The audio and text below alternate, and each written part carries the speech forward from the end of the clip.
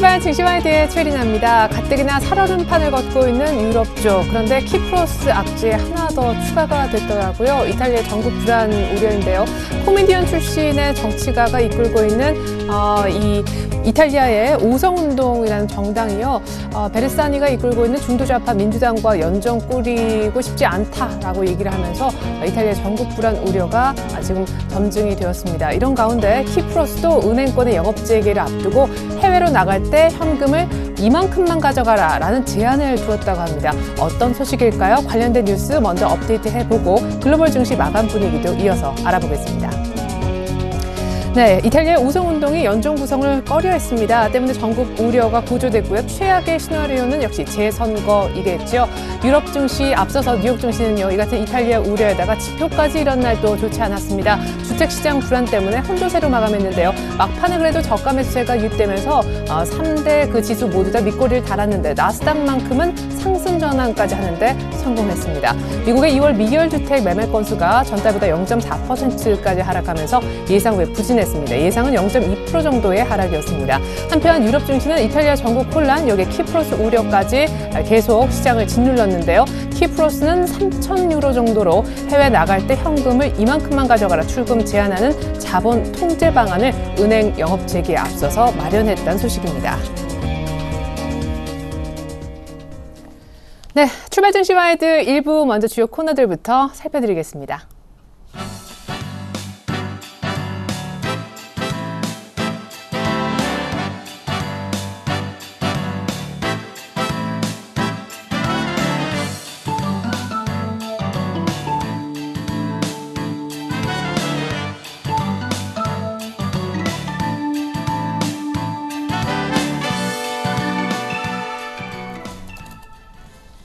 네, 폴 크루그먼 교수는 키프로스가 차라리 유로존을 떠나는 게 낫다라고 발언을 한 모양인데요. 이와 또 관련된 내용은요. 글로벌 이슈 속 숨겨진 키 코너로 일부 마지막에 들어보실 수 있겠습니다. 자, 먼저 오늘 개장 5분여 남겨두고 있는데 시초가 공략주 종목 얘기로 한번 출발을 해보겠습니다. 메리츠 종금증권의 강정원 부장님, 안녕하세요.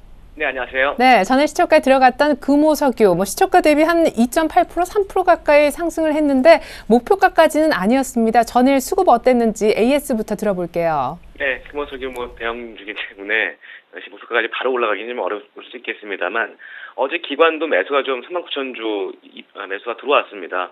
1분기, 4분기 대부에 현재 기저효과를 좀 기대할 수 있는 실적 모멘텀이 좀 있을 것 같고요.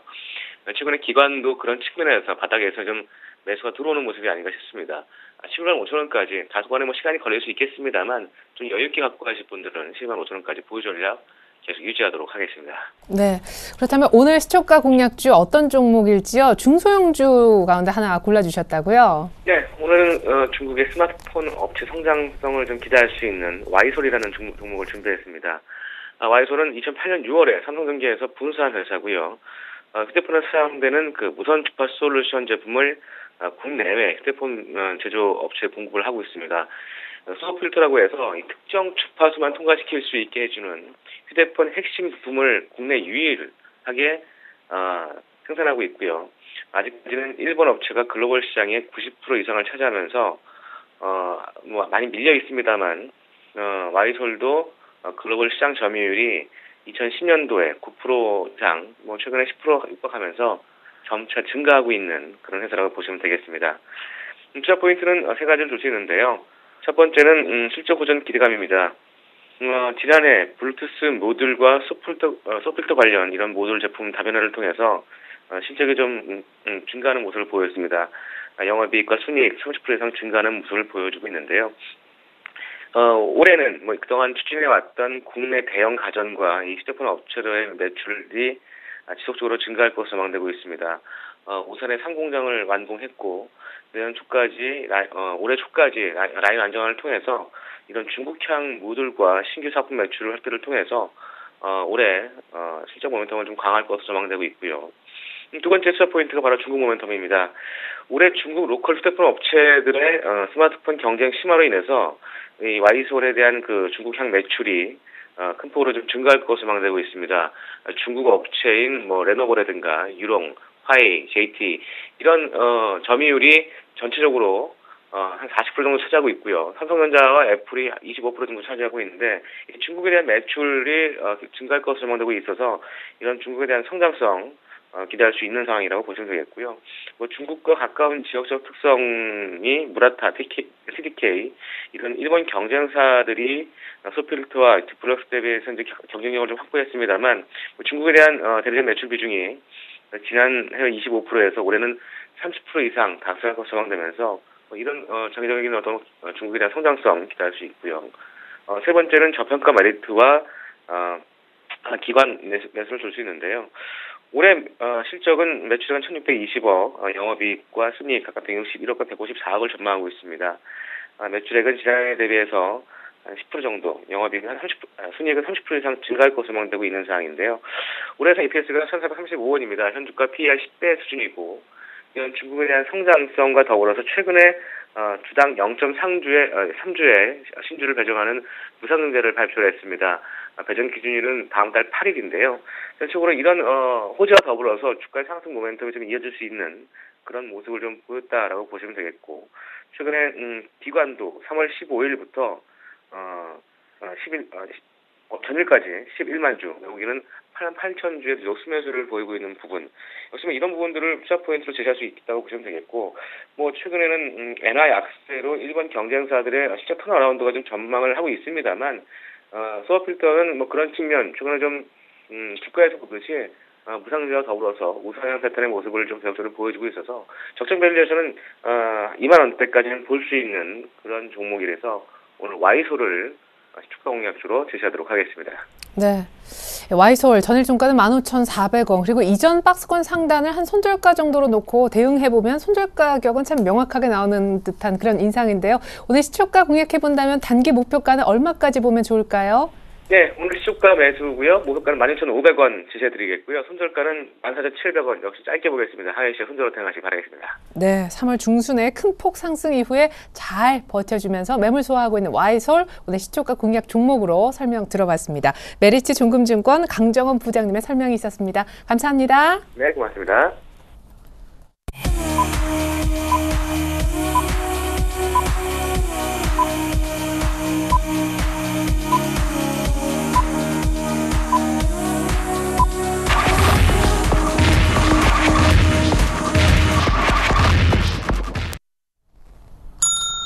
네, 3월 28일 목요일, 3월 마지막 주 목요일장 이제 막 개장을 했습니다.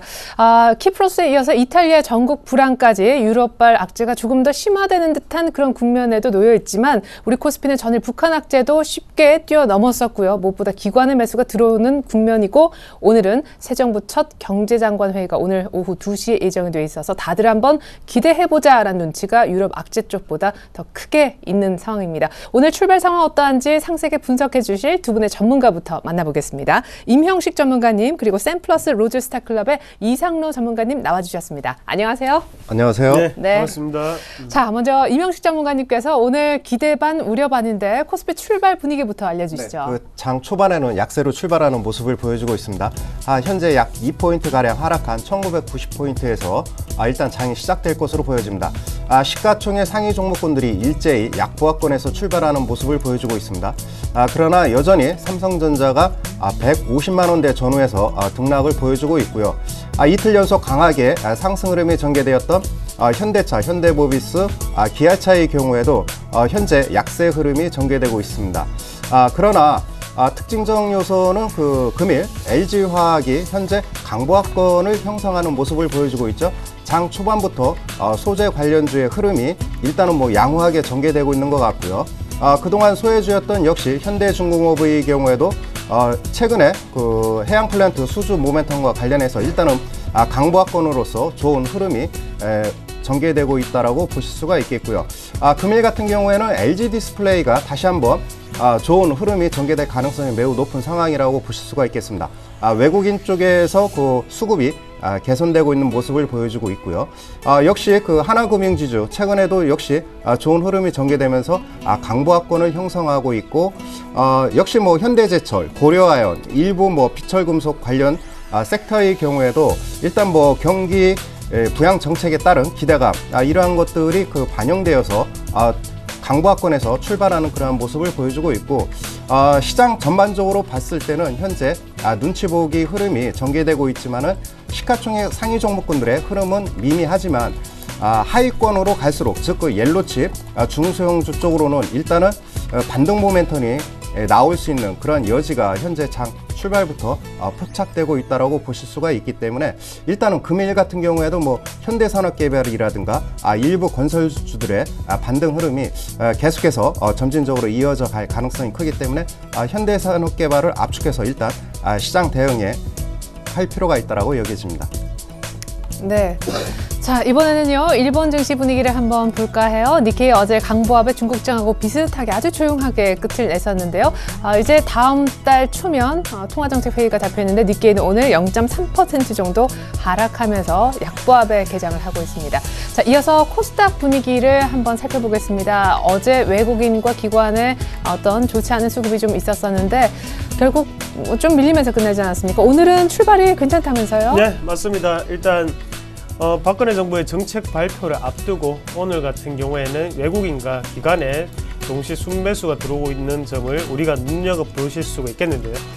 그만큼 중소기업에 대한 어느 정도 지원책 강구가 조금 마련됐다는 그런 기대감이 좀 작용을 한다고 좀 보실 수가 있을 것 같습니다. 그래서 그 전날까지 정책적인 방향 자체에서 기대감이 경기 부양 관련주였다면 오늘 같은 경우에 다시 한 번 더 코스닥 쪽으로 흐름이 지금 들어오고 있는 부분이 아닌가 그렇게 말씀을 좀 드리겠고요.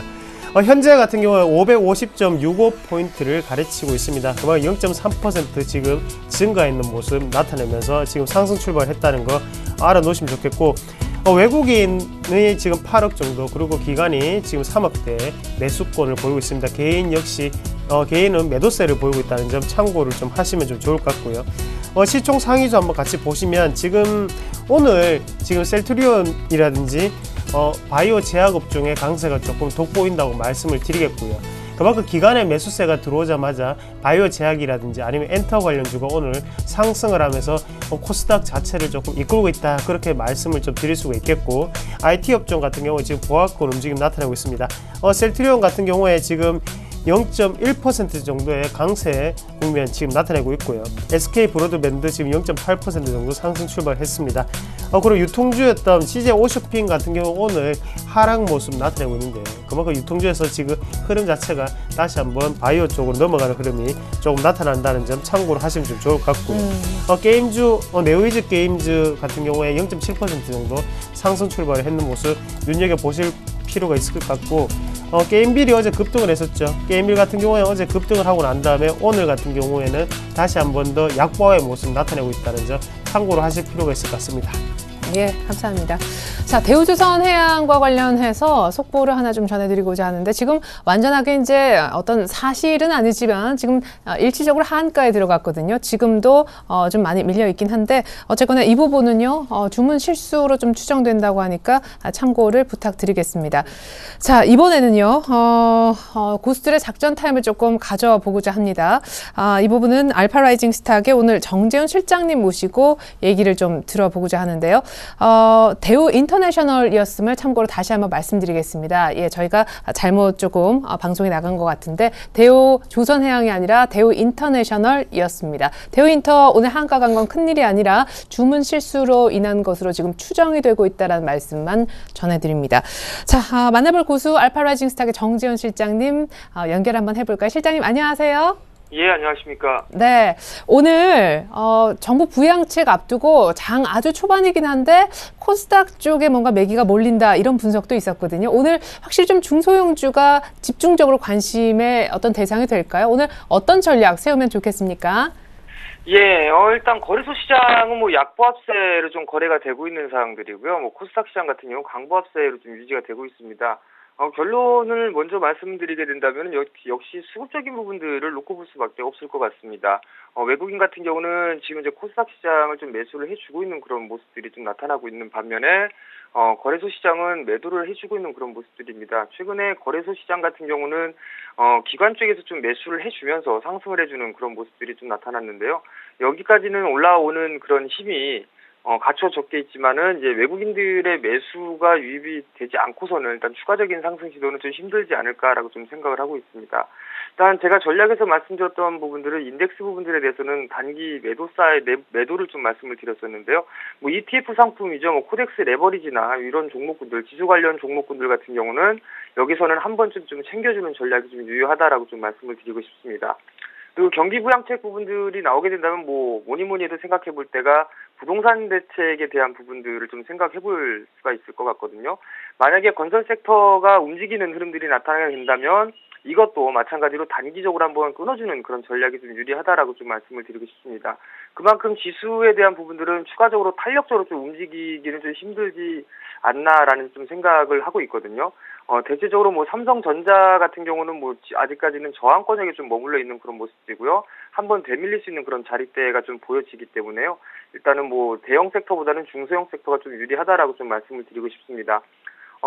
지금 화면에 보시면 전광판을 좀 보시는데요. 대부분 섹터들보다는 대형 섹터들 같은 경우는 강한 흐름들이 그렇게 나타나고 있지가 않습니다. 반면에 코스닥 섹터죠. 제약 쪽이라든가 내수, 그다음에 IT 쪽 섹터는 여전히 상승을 해주는 그런 모습들이 좀 나타나고 있습니다. 코스닥 시장이 상대적으로 좀 강한 모습들이 나타나고 있고요. 코스닥 시장 중소형주들이 실적에 대한 전망치가 상당히 좀 좋게 나타나고 있습니다. 그런 부분들 때문에 상승을 한다라고 좀 보셔도 좋을 것 같고요. 여전히 뭐 3월 마무리를 하고 4월달 시장에서도 대형 섹터보다는 좀 중소형 섹터가 좀 좋다라고 좀 말씀을 드리고 싶습니다. 여기서 이제 보면은 좀 대형주뿐만이 아니라 중소형주들 위주로 좀 제가 종목을 좀 말씀을 많이 드렸었는데요. 일단 여기에 대해서 종목을 하나를 좀 말씀드리도록 하겠습니다. 일단 거래소 시장 같은 경우는 목표치는 약 한 2010포인트 정도, 그 정도까지만 보시면 좋겠다라고 좀 말씀을 드리고 싶고요. 코스닥 시장 같은 경우 여전히 뭐 박스권역에서 좀 진행이 될 것이다라고 좀 보시면 좋을 것 같습니다. 그렇기 때문에 전략은 일단 코스닥 쪽에 포인트를 좀 맞춰서 대응을 하자라고 좀 말씀을 드리고 싶습니다. 오늘 좀 제안 드릴 종목을 살펴보겠는데요. 오늘 제안을 드릴 종목은 제약 섹터에 있는 종목입니다. 에스텍 파마를 좀 준비를 했는데요. 에스텍 파마 같은 경우는 제약 섹터에 좀 포진이 되어 있는 그런 종목입니다. 최근에 이 코스닥 시장 같은 경우는 탄력이 좀 다소 둔화되는 그런 모습들이 좀 나타나고 있습니다. 대부분 시총 상위 종목군들이 IT 섹터, 하드웨어 쪽 섹터 쪽에 좀 포진이 많이 되어 있는 그런 상황인데요. IT 섹터들이 좀 쉬어가는 그런 구간들이 나타났을 때 바톤을 이어받을 수 있는 섹터가 제약 쪽과 바이오 섹터다라고 좀 말씀을 드리고 싶습니다. 현재 뭐 제약 섹터 종목군들로 선별적으로 좀 움직임이 많이 나와주고 있는 그런 상황들이고요. 여전히 이 부분들에 있어서 뭐 테마성의 흐름들이나 이런 지수 방어의 역할이 아니라 성장성을 갖추고 있다라고 좀 보셔도 좋을 것 같습니다. 대체적으로 이 원료 의약품을 생산하는 그런 기업들이 상당히 좀 탄력적으로 좀 움직이고 있는데요. 그런 종목군들이 바로 실적으로 연계가 된다라는 점, 그 부분들의 포커스를 좀 맞춰야 될 것 같습니다. 또한 2013년도 상반기에 특허가 완료가 되는 오리지널 의약품에 대해서 수혜를 좀 입을 수 있는 부분들입니다. 일단 특허가 완료가 된다면 다른 쪽에서도 생산을 할 수가 있는 그런 상황이기 때문에 이 에스텍 파마 같은 경우는 일단 실적 개선에 대한 그런 부분들이 눈에 띄게 나타날 수 있다라고 좀 보셔도 좋을 것 같고요. MRI에 대한 조영제 시장에서도 매출이 좀 증가가 될 것이다라는 부분들에 포커스를 좀 맞추시면 좋을 것 같습니다.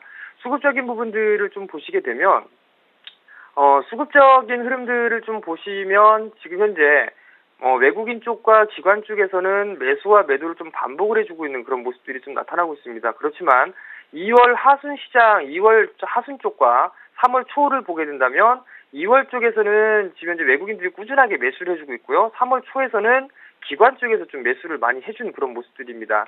지금 현재 구간에서는 매물 소화를 하고 있다라고 좀 보시는 게 좋다라고 좀 말씀드리고 싶고요. 지금 현재 구간에서는 충분히 매수 포인트로 좀 잡아봐도 좋다라고 좀 말씀을 드리도록 하겠습니다. 가격적인 전략을 좀 말씀을 좀 드리도록 하겠는데요.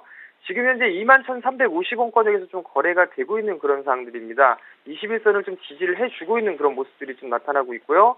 한 차례 상승하고 저점 갱신한 이후에 정고점을 돌파해주면서 추가적인 상승 시도가 좀 나타났습니다. 그리고 나서 현재 조정을 받고 있는데 여기서 봐야 될 부분들은 거래량이 좀 감소가 되고 있다는 부분들에 포인트를 좀 맞추셔도 좋을 것 같습니다. 일단 매수권역은 지금 현재 21,400원권역에 좀 거래가 되고 있는데요. 21선 부근이죠. 약 한 21,000원 정도까지는 분할 매수 포인트로 좀 잡아봐도 좋다라고 좀 말씀을 드리도록 하겠고요. 손절가는 제가 짧게 제시를 좀 해드리도록 하겠습니다. 24,000원이 종가상 이탈되는 흐름들이 나타나게 된다면 손절관 쪽으로 좀 대응하시는 게 좋을 것 같고요. 목표가는 전고점이 22,500원인데요. 저 자리 때는 충분히 넘어서 신고가의 흐름들을 예상을 해봅니다. 그렇기 때문에 목표가는 25,000원을 좀 제한을 해드리도록 하겠습니다. 에스텍파마뿐만이 아니라 지금 현재 제약 섹터들의 종목군들이 상당히 좀 좋습니다. 실적에 대한 부분들이 받쳐주는 그런 종목들이고, 그다음에 수급이 상당히 좀 좋은 그런 섹터에 들어가기 때문에요.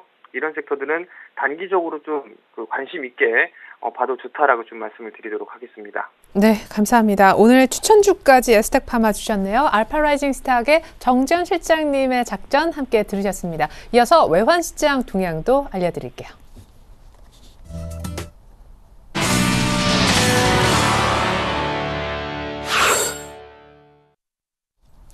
네, 전일 북한 리스크가 불거지면서 어제 진돗개 하나 발령 이후 해제가 되긴 했었지만 어쨌거나 외환시장은 오르면서 마감이 됐었는데 오늘 또 유로존 우려가 재부각되는데 환율 출발 상황 알아보도록 하겠습니다.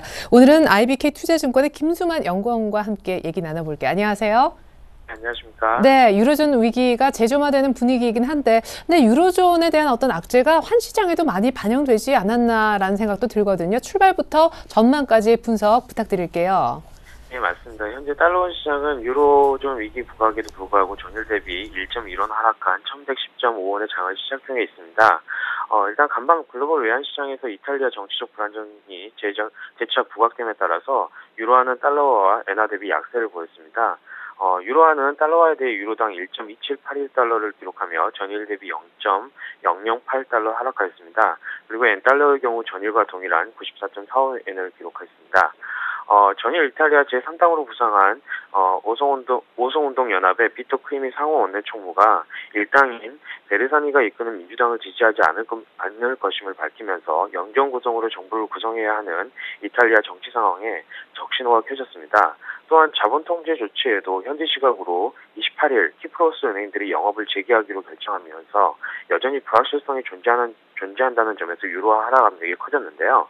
이에 따라 시장에서 예상하는 유로화 전망치가 계속 낮아지고 있고 연말까지 유로화가 달러화에 대해 유로당 1.10달러까지 하락한다는 예상도 나오고 있습니다. 금일 국내 외환시장 같은 경우에는 지정학적 리스크가 지속되고 있는 가운데 KTNG가 이날 2억 1천만 달러 규모의 외국인 배당금을 지급하기로 예정되어 있습니다. 이는 금액 규모로는 그렇게 큰 금액은 아니지만 최근 외국인의 주식 매도 자금이 꾸준히 출회되고 있어 이와 함께 달러원 환율의 하단을 지지할 것을 보고 있습니다. 또한 주초 롱스탑이 끝나고 일단 차익 매물이 나왔기 때문에 다시 달러 매수할 수 있는 여력이 굉장히 시장에서 커졌다는 점도 달러원 환율의 하단을 지지할 것을 보고 있습니다. 다만 월말 그다음에 분기말로 갈수록 수출업체들의 내구 물량이 지속적으로 출회될 수 있다는 점은 달러원 환율이 달러원 환율의 상승을 계속 저지할 것으로 보고 있습니다. 따라서 금일 달러원 환율 레인지는 1,105원에서 1,120원으로 예상하고 있습니다. 네, 역시 그래도 한 1,110원대, 1,100원대 이렇게 등락 정도만 예상을 해주셨습니다. 감사합니다. IBK 투자증권 김수만 연구원님으로부터 외환시장 동향 분위기 들을 수 있었습니다. 잘 들었습니다. 감사합니다.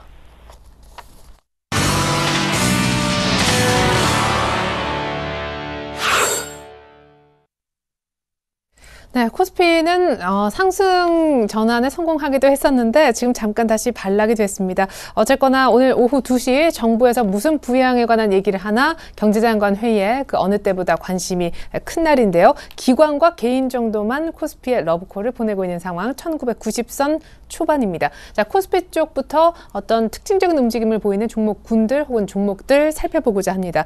아까 저희가 대우 인터내셔널 얘기를 좀 드렸었는데 이슈가 재료가 있는 모양입니다. 어떤 주문 실수 얘기도 있긴 한데 가스전 분할 얘기도 있어서 이걸 네. 포스코 에너지에 넘긴다라는 지금 설이 그렇습니다. 아직 확정은 되지는 않았는데 그러한 개연성도 배제할 수 없는 상황입니다. 왜냐하면은 포스코 에너지를 자회수로 두면서 현재 뭐 발전 시장이라든가 에너지 시장, 신재생 에너지에 상당한 투자를 하고 있습니다. 그렇기 때문에 일단은 뭐 그 그룹 차원에서는 에너지 그 전문 기업으로서 통합할 필요성은 있겠죠.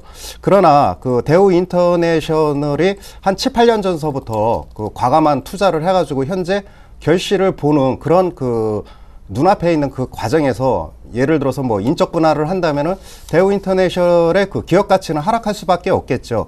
이러한 요인들이 현재 시장에 그 우려감으로 그 반영됐다라고 보실 수가 있겠는데, 현재는 뭐 다행스럽게 저가 매수세가 유입되면서 강한 반등이 나타나고 있는데, 만약에 그 가스전이 일단 뭐 소문대로 포스코 에너지로 이전이 된다면은 기업 가치는 떨어질 수밖에 없습니다. 과거 그 삼성전자가 삼성 OLED라든가 LED 부문을 삼성 SDI 전기로부터 이관해 갔지 않습니까? 네. 그렇기 때문에 차기 그 성장 동력을 상실한다는 그런 측면에서는 장기적으로는 마이너스 요인이고요. 단기적으로는 반등이 왔기 때문에 일단은 그 장기적 관점에서는 뭐 리스크 관리에 돌입할 필요가 있다라고 여겨지고요. 다시 한번 뭐 37,000원을 이탈하지 않는 이상 현재 보유하고 계신 분들은 일단 꾸준하게 보유해 볼 필요가 있다라고 여겨집니다. 네. 자, 이어서 포스코 하고요. 자동차주 최근에 앞서 연일 강했었는데 오늘 어떤 흐름인지 살펴보겠습니다. 자동차는 조금 조용한 것 같은데 포스코가 아주 강하게는 아니지만 바닥권에서 아주 조금씩 차곡차곡 올라오고 있는 것 같아요. 네, 그렇습니다. 일단 뭐 수급이 상당히 그 부진하기 때문에 그 이러한 약세 흐름이 전개되고 있는데, 그러나 미미하지만 차트를 보시면은 서서히 바닥권에서 탈피하고 있는 모습을 보여주고 있죠.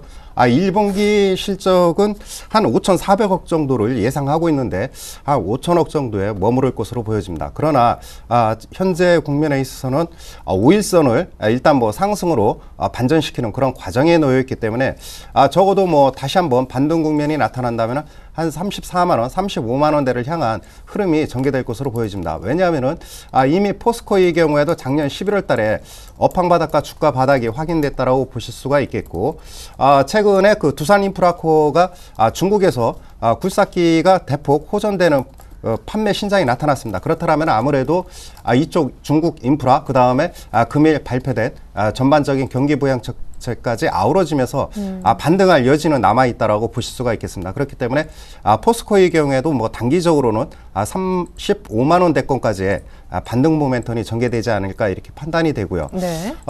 전일까지 강한 상승 흐름이 전개되었던 자동차. 예, 금일은 뭐 한 약보합권에서 머무르고 있는데 금일은 뭐 현대모비스가 상승 추세를 유지하고 있는 모습을 보여주고 있습니다.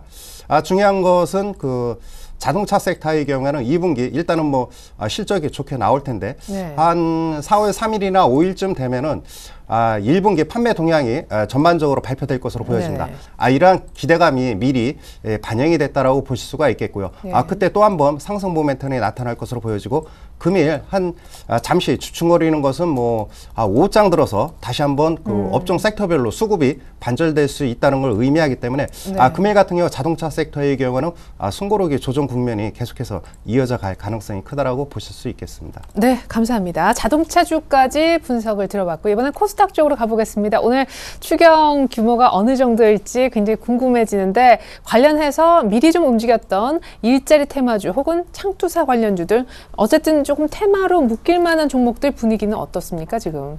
네, 맞습니다. 일단은 뭐 창투사 관련주 같은 경우 오늘 약간의 뭐 강보합권의 움직임, 그리고 어느 정도의 상승폭이 좀 나타나고 있는데요. 그만큼 뭐 창업을 어느 정도 지원을 한다는 방안이라든지 아니면 벤처기업 육성한다는 방안, 그리고 일자리를 마련하겠다는 그런 글로벌 흐름에 따라서 지금은 박근혜 정부에 대한 기대감으로 오르고 있는 주식들이다, 그렇게 좀 말씀을 드릴 수가 있겠고요.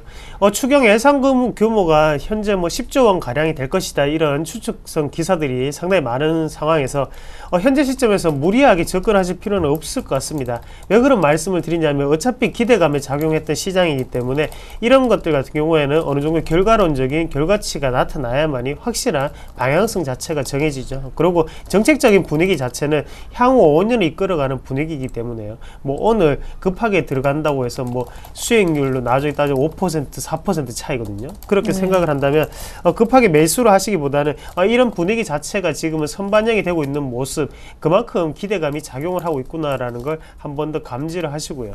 그렇게 추격 매수를 하지 마시자, 그렇게 결론적으로 좀 말씀을 드리겠습니다. 예.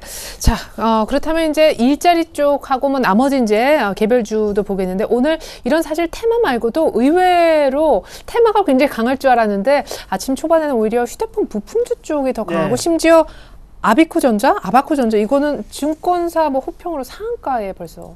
네, 맞습니다. 지금 뭐 신화인트텍이라든지 아니면 유니캐스트 이런 종목군들도 상당히 많이 올라가는 모습이고요. 지금 외국인과 기관의 오늘 매수 포지션을 좀 본다면 IT 부품 쪽이 되겠고 그리고 또 반도체 업종이거든요. 신화인터텍을 좀 말씀을 좀 드릴 것 같으면 신화인터텍 같은 경우에도 광학 필름을 만들고 있습니다. 그래서 삼성전자에 납품을 하고 있고 그런 부분 자체 그만큼 지금은 LCD 패널 말고 다음에 거기 안에 들어가는 소재 분야 그리고 부품 분야에 대해서 지금 오늘 테마성 재료가 조금 있다고 좀 말씀을 드릴 수가 있겠고요. 신화인터텍 같은 경우에 지금 최대 주주가 또 바뀌었습니다. 이때가 오성 LST 외에 지금 3인이었다가 지금 효성 외에 1인으로 바뀌었는데 그만큼 재무 건전성으로 보나 어느 정도 주주 자체가 조금 더 듬직하다는 거죠. 그런 관점에서 본다면 추가적인 상승분이 좀 나타날 수 있을 것 같고요. 오늘도 갭 상승을 하면서 지금 10%대 상승분을 조금 보이는 모습이 나타나고 있고 아바코전자 이어서 한번 같이 보신다면 아바코전자 같은 경우에도 지금 LG전자 쪽에 지금 납품을 상당히 많이 들어가고 있죠. 똑같이 어느 정도 LCD 부품 업종인데요. 이런 업종들을 우리가 한번 같이 보신다면 지금 터치 패널에 대해서는 우리가 이슈적으로 부분을 상당히 많이 잡았습니다. 하지만 거기에 대해서 가전에 들어가는 TV 분야라든지 아니면 휴대폰에 거기 위에 있는 그런 필름 분야에 대해서는 아직까지 테마성 재료가 없었기 때문에 그런 분야에 대해서 오늘 순환매적인 기관이라든지 아니면 외국인의 매수세가 좀 들어있다고 좀 보시면 좋겠고요. 그래서 RF셈이라든지 아니면 추가적으로 좀 종목들을 말씀을 드리면요. 아나패스 같은 종목들을 보시더라도 지금 TV에 들어가는 컨트롤러를 좀 생산하는 업체죠. 지금 모습 같은 경우에도 거래량이 상당히 많이 붙는 모습들이 나타나고 있습니다. 그만큼 지금은 반도체 가격도 상당히 많이 올랐습니다. 그런 가격대 그리고 LCD 부품 같은 경우에는 가전제품은 1분기 그리고 4분기에 상당히 호조를 보였죠. 그런 부분 자체가 지금은 이제 실적적으로 연결이 될 수 있다는 부분을 우리가 한 번 더 눈여겨보실 필요가 있지 않겠나. 외국에는 실적이 동반되지 않으면 그렇게 크게 매수를 하지 않죠. 그런 분위기상 우리가 한 번 더 눈여겨보실 종목군 그리고 만약에 오늘 산다면 아까 전에 뭐 체리나 앵커님이 말씀해 주신 그런 종목들 아까 일자리 테마라든지 아니면 추경에 대한 관련된 종목들도 있겠지만 지금 같은 경우에 IT 부품 두 번째 말씀하신 거 이쪽으로 좀 더 보시는 방법이 좀 더 낫지 않겠나 그렇게 말씀을 드리겠습니다. 네, 참 시장은 알 수 없어요. 부양책 때문에 이제 관련된 테마 정도만 예상을 했었는데 이런 날 의외로 IT 부품주가 치고 나오고 있네요. 코스닥 쪽 분위기 봤고요. 자, 이번에는 코스피 쪽으로 다시 옮겨와서 특징주 더 챙겨보겠습니다. 금호 산업은 감자유 첫 거래가 재개됐는데 지금 분위기 썩 좋지 못한 것 같고 금호종금은 연일 상한가 치더니만 오늘 조금 상한가 행진이 멈춰진 것 같습니다. 그 밖에 특징주 어떤 것들이 더 있는지요? 건설주도 사실은 무슨 수혜주로 분류가 됐었었는데 일단은 건설주의 경우는 차별화 양상이 더욱더 심화될 것으로 보여집니다. 네, 그렇습니다. 현재 건설주에서 눈에 띄는 것이 주택에 집중하고 있는 현대산업개발입니다. 목표가를 무려 한 3만 원 가까이 대폭 잡을 정도로 일단은 상당히 건설업황이 안 좋음에도 불구하고 나름대로 이쪽 분야에서 선전하고 있다고 보실 수가 있겠습니다. 일단은 금일도 2%대 상승하면서 단기적인 그러한 박스권을 돌파하면서 장기 상승 추세로 전환하기 위한 그런 과정에 놓여 있죠. 아무래도 정부에서 6월 달까지 취득세 감면 조치가 이루어짐으로 인해서 이러한 정부 정책에 대한 그러한 경기 활성화 정책, 부동산 경기 활성화 정책 이러한 것들이 긍정적으로 반영되고 있다라고 보실 수가 있겠습니다. 그렇기 때문에 일단은 주택 시장에서는 현대산업개발에 집중해 볼 필요가 있겠고요. 반면에 앞서 소개하신 금호산업의 경우에는 금일 감자 이후 첫 거래가 되고 있는데 일단은 현재 시점에서는 당분간 혼조 국면이 전개될 것으로 예상이 되기 때문에 투자자 여러분께서는 차트가 좋은 수급이 좋은 쪽으로 일단 집중할 필요가 있겠고요. 금일 특징적 종목으로는 역시 두산중공업인 것 같습니다. 두산중공업이 오랜만에 이틀 연속 강한 반등이 나타나고 있는데 이러한 배경 요인은 자회사 부실 문제가 어느 정도 완화됐고요. 특히 두산건설 의 경우 강남 4억 메가건도 이루어지고 있고요. 네. 또한 그 자체적으로 그 원전에 대한 그런 불확실성이 해소되고 있는 것 같습니다. 일단은 그 향후 원전 그 6기의 경우에는 그 계속해서 정상적으로 그 건설이 이루어질 것으로 예상이 됩니다. 그렇다면은 현재 그 올해 뭐 EPS 예상 실적에 약 한 68% 정도 급증한다고 하니까 이러한 네. 요인들이 주가에 반영되고 있는 것 같습니다. 그렇기 때문에 두산중공업의 경우에도 일단은 뭐 바닥권에서 업황이 탈피되는 긍정적 흐름이 전개되고 있는 그런 상황이라고 보실 수가 있겠고, 네. 한솔 테크닉스인가요? 한솔 테크닉스의 경우에는 최근에 그 삼성전자로부터 다양한 그러한 그 수주 모멘텀 이러한 것들이 반영이 되면서 큰 폭의 상승 흐름이 전개됐었는데 최근에 시설 확장에 따른 그러한 비용 증가 이런 걸로 인해서 유상증자설이 있었는데 이 부분이 사라지면서 반등이 나타나고 있습니다. 그러나 최근에 한 달 넘게 가파른 상승 흐름이 전개되고 있기 때문에 현재 국면에서는 뭐 가격 조정 내지 기간 조정에 접어든 것이 아닌가 이렇게 판단이 됩니다. 네, 감사합니다. 한솔 테크닉스까지 얘기 들어봤습니다. 자, 코스닥에 있는 특징주를 조금만 더 챙겨봐야겠는데 오늘 이 테마도 좀 꿈틀하고 있습니다. 정말 오래간만에 얘기 나오네요. 네, 문재인 테마. 뭐 다시 재출마설 부산 쪽에. 네, 뭐 정확하게 말씀드리면 지금은 문재인 씨는 부산 사상구의 국회의원입니다. 네. 예, 그래서 하고 있고요. 지금 여기에 대해서 어느 쪽에 부산의 다른 지역의 용도 쪽이죠. 맞아요. 거기에 대해서 지원을 유세 지원을 가겠다 네네. 그런 거거든요. 그 재보선이 있습니다. 거기에 대해서 지원을 간다는 것에 대해서 지금 들썩이는 모습입니다. 네네. 제가 이렇게 냉정하게 말씀을 드리고 난 다음에 다시 한 번 더 주가가 올라가는 모습을 보면 그냥 기술적인 부분이 좀 더 크게 작용을 하는구나 그렇게 조금 느끼시면 좀 좋을 것 같습니다. 네네. 그래서 좀 그렇게 말씀을 드렸던 거고 차트상으로 한번 보시더라도 많은 거래량 그리고 우리가 일명 설거지라고 하죠. 설거지 작업까지 끝내고 난 다음에 추가적인 하락이 나타나는 과정입니다. 거래량도 급속도로 주는 모습이 나타나고 있고요. 그럼 여기에서 조그만 이슈거리라도 있으면 주가 자체를 띄우려는 그런 움직임이 나타날 수밖에 없죠. 그래서 네. 수급 자체가 지금 뉴스를 만드는 과정이라고 좀 보시면 좋겠고요. 이런 부분 자체에서 우리가 급하게 매매 그리고 매수를 하시기보다는요. 문재인 테마주, 인맥 테마주는 지금 사실상 좀 어렵다고 좀 보셔야 될 것 같아요. 그만큼 지금 시장 자체에 시총 상위주라든지 아니면 자산주 자체가 부각되는 시점이고 IT 부품 업종 자체가 지금 오늘 부각되는 시점이고 그네노믹스 자체에 대해서 움직이고 있습니다. 그러면 여기에 대해서 우리가 인맥 테마주를 좀 더 보기에는 시간이 아깝지 않겠나 그렇게 좀 말씀을 좀 드리겠고요. 그런 관점에서 아까 전에 제가 추가적으로 아비코 전자에 대해서 제가 잘못 설명을 좀 해드렸는데요.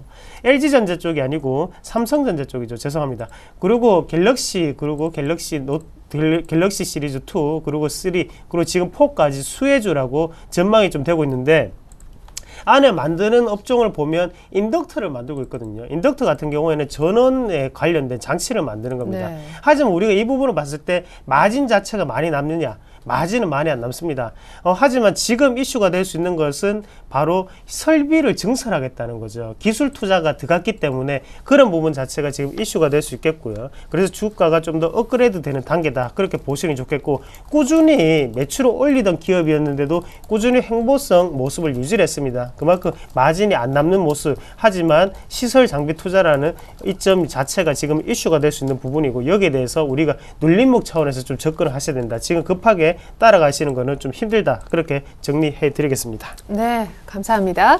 자, 이번에는 전일 수급 특징주 한번 살펴보겠습니다. 그 전에 코스피가 1995선 부근까지 상승 쪽으로 방향을 조금 잡고 있다는 소식 전해드리고요. 전일 수급 특징주 유가증권 시장 특징주입니다. 먼저 보시죠.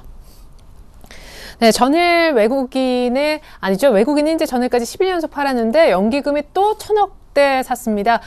어떤 종목 많이 샀나 보니까 삼성전자, 기아차, 현대차, 삼성전기, 그리고 제일모직, SK이노베이션, 그리고 효성 이렇게 7종목 저희가 한번 뽑아봤고요. 이어서 투신권도 어제 850억 정도 순매수 같이 동참했었는데요. 역시 뭐 비슷하네요. 삼성전자, 기아차, 현대차 여기 모비스가 있고 SK이노베이션 역시 겹치는 부분이고 우리금융 있고 한국전력 외국인 매물을 투신권 쪽에서 어제 받아줘서 올려준 것 같습니다. 자, 코스피 쪽 수급 특징주와 연결지어서 이어서 역시 오늘장 조언까지 부탁드릴게요. 임 전문가님. 역시 뭐 연기금 전일 같은 경우 투신권이 오랜만에 약 800억 가까이 매수세가 유입됐는데 삼성전자, 그 현대차에 공통적으로 집중되는 모습을 보여주고 있죠. 특징적 종목은 그 제일모직인 것 같습니다. 드디어 아몰레드 부분에 있어서 그 매출이 발생함으로 인해서 기관 매수세가 강하게 유입됐습니다. 특히 뭐 연기금이 강한 매수가 유입됐기 때문에 눈여겨봐야겠고요. 다음으로는 SK이노베이션입니다. 2분기 실적까지는 뭐 양호할 것으로 예상이 되기 때문에 일단 투신권 뿐만 아니라 기관들의 경우에는 1분기 실적, 2분기 업황 개선 여기에 집중되고 있다라고 보실 수가 있겠고, 전일 뭐 투신 쪽에서 우리금융에 대한 그 매수세가 유입되긴 했는데 아무래도 뭐 M&A에 대한 그러한 그 민영화 이러한 것들이 그 반영이 된 것 같습니다. 그러나 시간이 많이 걸릴 것으로 예상이 되기 때문에 투자자 여러분께서는 뭐 긴 안목에서 대응할 필요가 있겠고요. 중요한 것은 그 최근에 연기금이 5년 동안 4대 그룹 위주로 주식 편입 비중이 계속 증가하고 있습니다. 그렇기 때문에 연기금의 경우 당분간 계속해서 외국인 매물을 소화하는 안정판 역할을 할 것으로 보여집니다. 네, 그리고 사실은 오늘도 소재주 쪽 언급을 좀 해주시기도 했었고 아주 최근에 화학주가 아주 기관 매수로 강하게 오르는 날 이명식 전문가님이 또 화학주 얘기도 해주셨던 기억이 나는데 이 소재 쪽에 대한 조언 한 말씀 구해도 될까요?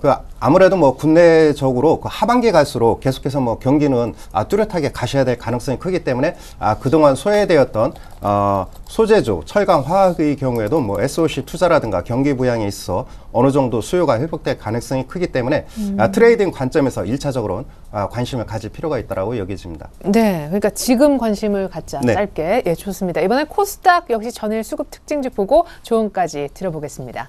자, 전일 코스닥 수급 특징주가 나오고 있는데요. 3월 15일이 언제냐 하면요. 얼마 전에 이제 코스닥이 아주 고점인 556.63을 찍었던 날입니다. 그 날부터 전일까지 외국인들이 샀다 팔았다를 갑자기 반복하는 패턴을 보이기 시작했는데 그 기간 동안 어떤 종목 집중 던졌느냐에 대한 종목 리스트입니다. 게임빌, 메가스터디, 이니텍, 그리고 SK 브로드밴드, SBS 콘텐츠허브, 메디톡스, 네웨즈 게임주. 1위가 게임주, 7위도 게임주. 어떤 종목에 어떤 특징이 있습니까? 외국인들이 이제 코스닥을 덜 사기 시작하면서 정리했던 종목들 순서인데요. 네, 일단 기대감이 지금은 자리 잡고 있지 않는 모습이라고 좀 말씀을 드리고 싶은데요. 수급적인 부분 게임주가 가장 많이 있는데 게임주의 특징을 한번 보시면 우리가 셧다운제라고 하죠. 그런 부분이라든지 박근혜 정부 정책과는 조금 다른 방향으로 좀 이어져 가는 모습 보실 수가 있을 겁니다. 그런 전반적인 추이 자체를 외국인이 베팅을 하기에는 사실상 위험이 좀 따른다고 보시는 게 좀 좋겠고요. 그런 관점에서 어느 정도 매도세가 조금 진행되는 모습이 아닌가 그렇게 좀 말씀을 드리겠고, 다만 게임빌 같은 경우 어제 큰 폭의 상승을 좀 기록을 했는데 어제 큰 폭의 상승을 바로 신작 게임에 대한 기대감이 좀 작용을 했다는 거죠. 하지만 지금 부분에서는 기술적으로는 추가적인 상승은 분명히 있을 수가 있겠습니다. 하지만 중요한 부분은 정부 정책과는 조금 어긋나는 부분을 우리가 조금 더 참고를 하셔야 될 것 같고요. 그런 부분에서 지금 어느 정도의 외국인의 매도세가 나타나지 않았나 그렇게 좀 말씀을 드릴 수가 있겠네요. 네, 그리고 이어서 오늘장 조언 한 말씀. 네, 오늘장 같은 경우에 정부 정책이 발표가 되죠. 2시 부근인데요. 일단 가장 중요한 부분은 코스피, 코스닥 어느 쪽이 더 잘 갈 것이냐 이게 가장 중요하겠죠. 수익률을 내기 위해서 현재까지는 코스닥이 상당히 잘 달려줬습니다. 그리고 지금 최근 들어서는 경기 부양 관련주가 크게 올랐던 모습이었고요. 하지만 오늘 시장에서의 그런 분위기 자체를 좀 더 확인하고 난 다음에 우리가 정책적인 방향 자체에 좀 더 맞춰야 되는 포커스를 맞춰야 되는 모습이 아닌가 그렇게 좀 말씀을 드릴게요. 현재 뭐 우리가 포트폴리오 비중을 본다면 50대 50이었다면 지금부터는 어느 쪽으로 조금 편중되게 가야 될 시점이다 라고 정리해 드리겠습니다. 예, 오늘 코스피와 코스닥의 흐름, 특별히 구체적인 부양책 내용을 좀 보고 난 다음에 코스피, 코스닥에 대한 비중 조절도 이제 슬슬 들어가야 된다라는 조언까지 확인했습니다. 감사합니다. 이상로 전문가님 그리고 임형식 전문가님의 도움 있었습니다. 잘 들었습니다. 네, 고맙습니다.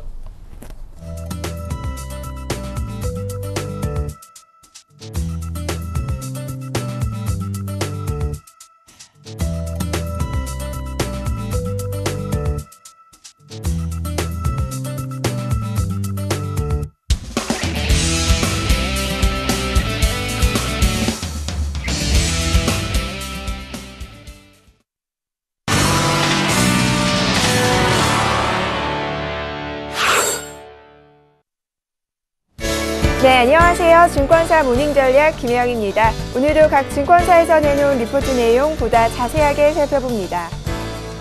삼성증권입니다. 오늘 유원컴텍 추천해 주셨습니다. 신한금융투자에서는 1분기 실적 긍정적으로 보자, 교보증권에서는 외국인 컴백 여건이 무르익고 있다, 동부증권에서는 네버엔딩 스토리 유로존이라는 내용 살펴주셨습니다. 자세하게 살펴봅니다. 오늘 삼성증권에서 유원컴텍 추천해 주셨습니다. 중국 자회사인 유원화양의 높은 성장성이 기대가 되고 있고, 이 신규 제품 모멘텀을 기대하고 있는 열확산 시트가 해외 경쟁 제품에 비해 수율과 가격 경쟁력 모두 확보하고 있어 이 향후 신규 매출처 증대를 통한 가시적인 성과가 기대됩니다. 또한 마그네슘 소재의 내외 장제를 생산 납품하고 있고 2014년에는 중국 신천 증시에 상장을 계획하고 있어 추가적인 모멘텀이 기대됩니다. 이어서 신한금융투자입니다. 1분기 실적 변수를 부정적으로 바라보는 시각이 많습니다. 그러나 시장 기대치가 이미 낮아졌고 1분기를 저점으로 점진적 이익 증가가 예상되고 있습니다. 또한 1분기 이익 예상치에 대체로 부합하는 등의 이 긍정적인 요인이 존재하기 때문에 1분기 실적 변수를 중립 이상으로 판단할 수 있습니다. 여기서 1분기 실적 시즌에 주목해야 할 3가지 종목군을 제시하면, 먼저 턴어라운드에 대한 확신이 서는 SK하이닉스와 이익 저점에 대한 확신을 나타내는 호텔신라, 마지막으로 지속 성장이 기대되는 하나투어와 모두투어를 추천합니다. 이어서 교보증권입니다. 국내 증시에서 외국인의 컴백 여건이 충분히 성숙되어 가고 있다고 판단됩니다. 이에 따른 전략 수립이 필요한 시점인데요. 먼저 밸류에이션 측면에서 살펴보면 현재 시장의 밸류에이션이 절대적으로 저평가된 상황이라서 이 글로벌한 쇼크 수준의 이벤트가 재발생하지 않는 이상 별다른 영향은 없을 것으로 보입니다. 이어서 환율 측면에서는 이 원화와 달러, 유로화 등의 주요 각 환율이 어느 정도 변곡점 부분에 있을 가능성 역시 높다고 생각이 됩니다. 또한 유로화 약세 속도 둔화도 이 달러의 약세 가능성을 높이고 있고 증시의 유동성 효과 역시 높아질 것으로 판단됩니다. 세 번째는 정책 여건에서 살펴보겠는데요. 이 곧 나올 정부의 종합경기 부양책은 정책 매력도가 약해 그동안 글로벌 투자자들로부터 호되받았던 부분을 어느 정도 해소시켜줄 것으로 기대됩니다. 마지막으로 외국인의 매매 패턴을 살펴볼 때 최근의 순매도 양상은 이 순매수 전환 시점에 도래 가능성을 높이고 있다는 점에서 향후 외국인의 매매 여건은 차츰 개선될 것으로 전망됩니다. 네, 오늘은 동부증권 도곡금융센터의 이의연 대리님 연결해 자세한 리포트 내용 살펴보겠습니다. 안녕하세요. 네, 안녕하세요. 네, 오늘은 동부증권 도곡금융센터 이의연 대리님 연결해 자세한 리포트 내용 살펴보겠습니다. 안녕하세요, 이의연 대리님. 네, 안녕하세요. 네, 자세한 리포트 내용 살펴주시죠. 네, 코스피 지수가 2000선 재돌파를 다시 눈앞에 두고 있는데요. 사상 최고치 언저리에 있는 미증시를 볼 때 저희 시장을 최근에 제약했던 문제는 첫째는 외국인 수급과 북한 리스크고요. 마지막 세 번째 요인으로는 모두들 알고 계시겠지만 키프로스를 비롯한 유로존 문제입니다.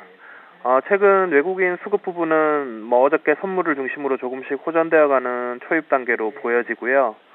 그러나 최근 글로벌 자금이 우리나라와 대만을 팔고 일본 시장으로 유입되는 부분을 생각해보면 급격한 호전을 바라보기에는 지금은 좀 시기상조인 것 같고 단계적인 개선을 예상하고 있고요. 북한 리스크 또한 과거의 전례를 보았을 때는 4월 초 이후에는 재료로서의 소멸이 가능할 것으로 보입니다. 마지막으로 저희가 주목해야 될 부분이 유로존 문제인데요. 이 부분은 악재로서의 역할은 갈수록 덜해지겠으나 올 상반기 내내 끝나지 않고 계속 가끔씩 불거져 나올 것으로 보이고요. 우선 키프로스 사태는 저액 예금자는 어느 정도 보호해주는 장치를 마련되기는 했지만 장기적으로 키프로스 자체는 물론이고 유로존 특히 피그스 국가를 중심으로 예금자들의 불안을 재차 불러올 수 있는 요인으로 보입니다. 그리고 유로존 바깥 국가로 최대 예금국인 러시아의 불협화음 또한 내포하고 있는 모습이고요. 전일 스페인, 이탈리아 국채금리 급등을 보더라도 향후에 신용평가사들의 향후 움직임 그리고 유로화의 매도 세력의 움직임 등 무엇 하나라도 불거지면 얼마든지 급속도로 위험이 전이될 수 있는 가능성이 엿보입니다. 특히 오성운동의 연정 거부로 인해서 재선거가 불가피해 보이는 이탈리아 문제가 급해 보이고요. 결론적으로 키프로스, 이탈리아, 스페인 순환의 끝없는 순환 압제 구조로 상반기가 돌아갈 것으로 보이고요. 다만 2년 동안 그랬듯이 결정적인 순간에 타협점을 찾아내는 유로존의 전례를 봤을 때는 상반기 중에는 타협점을 찾을 수 있을 것으로 보이고요. 그 부분이 해결되면 보다 근원적인 유로존 경제지표가 부각되는 흐름으로 갈 것 같고요. 이 부분은 미국과 중국 경제지표가 받쳐준다라는 전제하에서는 크게 부각이야 받지 않겠지만 시장에는 부담이 될 것으로 보입니다. 다만 견조한 현재 미국 증시 흐름을 볼 때 과매도 국면이었던 우리 시장이 단기적으로 반등을 보여줄 여지는 충분하다고 보여지고요. 2000선 아래 시장 하락 시에는 분할 매수 관점으로 접근이 여전히 유효해 보입니다. 특히 상승 추세의 하단인 1970선 아래에서는 보다 적극적인 매수를 염두에 두신다면 좋을 것으로 보입니다. 이상입니다. 네, 동부증권 도곡금융센터의 이유연 대리님 연결해 자세한 리포트 내용 살펴봤습니다. 오늘 말씀 감사합니다. 네. 네, 지금까지 증권사 모닝전략 김혜영이었습니다.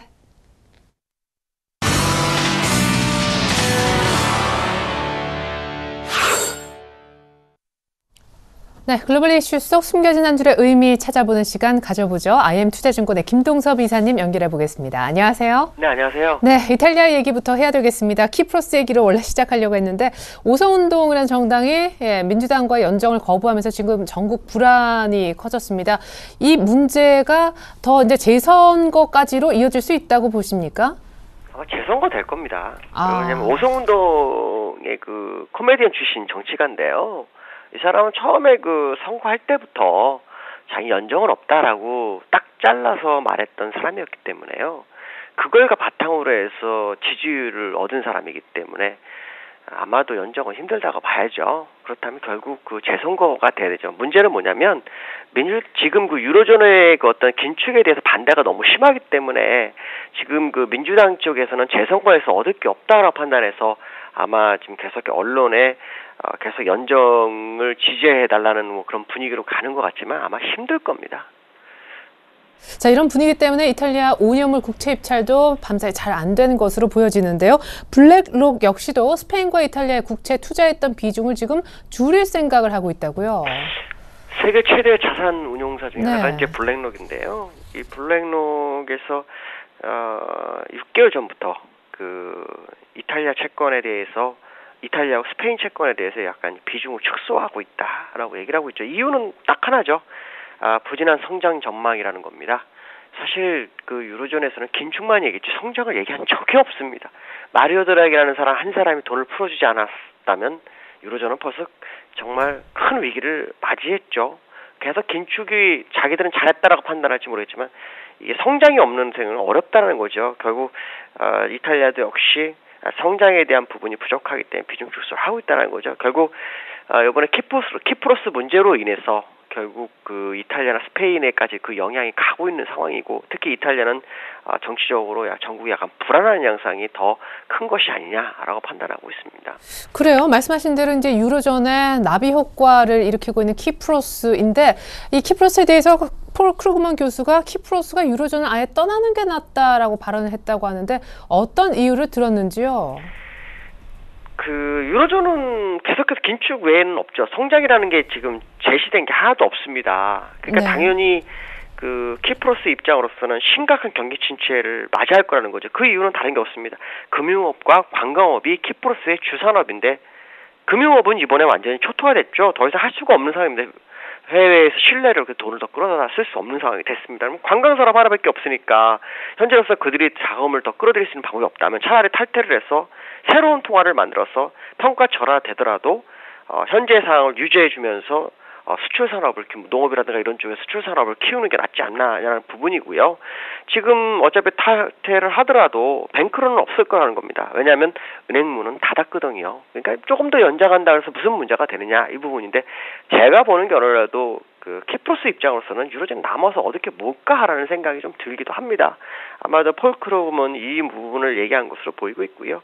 결국 키프로스는 자기네들만의 자생 능력 갖지 않는 유로존에 나와봐야 도움이 안 된다라는 얘기를 하는 것 같습니다. 네.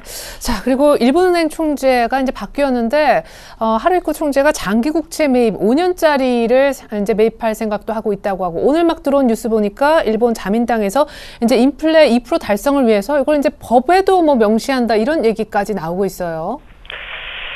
그 2% 물가 목표치 달성을 할 수 없다라는 쪽에 그 전임 그 BOJ 총재, 부총재가 지금 거기에 가세하기 시작했거든요. 아마 좀 쉽지 않을 거라고 좀 판단이 쓰고 있고요. 특히 판매세가 증대를 원하고 있지만 판매세가 증대하기 좀 어려울 것이다라는 것이 현재 분위기고요. 일본은 지금 양날의 칼입니다. 여기서 성공하면 정말 주변국을 정말 쓰레기를 만들어는 아니더라도 자기들이 살아남을 수 있겠지만 실패하면 일본은 거의 시장에서 글로벌에서 아웃될 수도 있습니다. 왜냐하면 공공부채가 지금 200%에 도달했죠. 지금 미국도 100%고요. 이번에 그리스도 120%대였습니다. 그러니까 지금 완전히 버블까지 끌고 가다가 만약에 실패하면 버블이 끝날 때는 옛날에 카네이션처럼 정말 시장이 큰 충격을 받을 수 있는 게 일본 상황이기 때문에요. 거기에 너무 끌려다닐 필요성은 없다라고 판단하고 있습니다. 네. 자, 말씀하셨던 그 수급의 개선이 이루어지면서 또 역시 중요하다고 얘기하셨던 수급의 균형을 깨는 1989, 1990까지 왔습니다. 오늘 정부의 어떤 추경 얘기가 있을 법한데요. 많이들 기대하는 눈치거든요. 어떤 조언 주시겠어요? 지금 시장은 추경 때문에 일단 주가가 올라왔거든요. 네. 추경의 기대감이 있는데 지금 2시인지 4시인지 뭐 좀 헷갈리고 있거든요. 시장은요. 근데 이제 문제는 뭐냐면 이 추경이 그 25조를 골드만삭스에서는 얘기를 했고요. 시장에서 예상치는 10조 전후가 얘기했고요. 어제는 또 10조보다 못하고 한 7조 정도 얘기 나오고 있거든요. 근데 제가 볼 때는 금액이 중요하지 않다. 결국 경제를 이끄는 수장인 현오석 장관, 그러니까 부총리 겸이죠. 그분이 시장에 대해서 계속해서 경기 부양책을 통해서 지금 현재 침체를 벗어나고자 하는 의지를 피력하는 게 더 중요하다는 거죠. 그게 안 하고 그냥 뭐 금액만 좀 해버리고 말면 이거는 좀 악재가 되고요. 그러한 것을 피력하면서 통화정책을 압박하는 그런 내용, 그리고 추경을 뭐 한 번에 25조나 뭐 이렇게 맥스로 하는 게 아니라 꾸준히 그 정도 GDP 대비 2%까지 끌고 가겠다라는 어떤 그 기대의 심리를 심어주는 것이 필요하다라고 보고 있습니다. 그러니까 이 부분이 나온다면 주가는 계속해서 상승할 것이고요. 그게 안 나온다면 잠깐 소강 상태 가능성도 열어두고 보셔야 될 것 같습니다. 추경 규모보다 부양 의지가 더 중요하다라는 네. 말씀 감사합니다. IM투자증권 김동섭 이사님의 조언까지 확인했습니다. 잘 들었습니다. 네, 감사합니다. 네, 이상 2부였고요. 출발 증시 와이드는 1부였죠. 2부에서 계속됩니다. 잠시 후에 다시 올게요. 고맙습니다.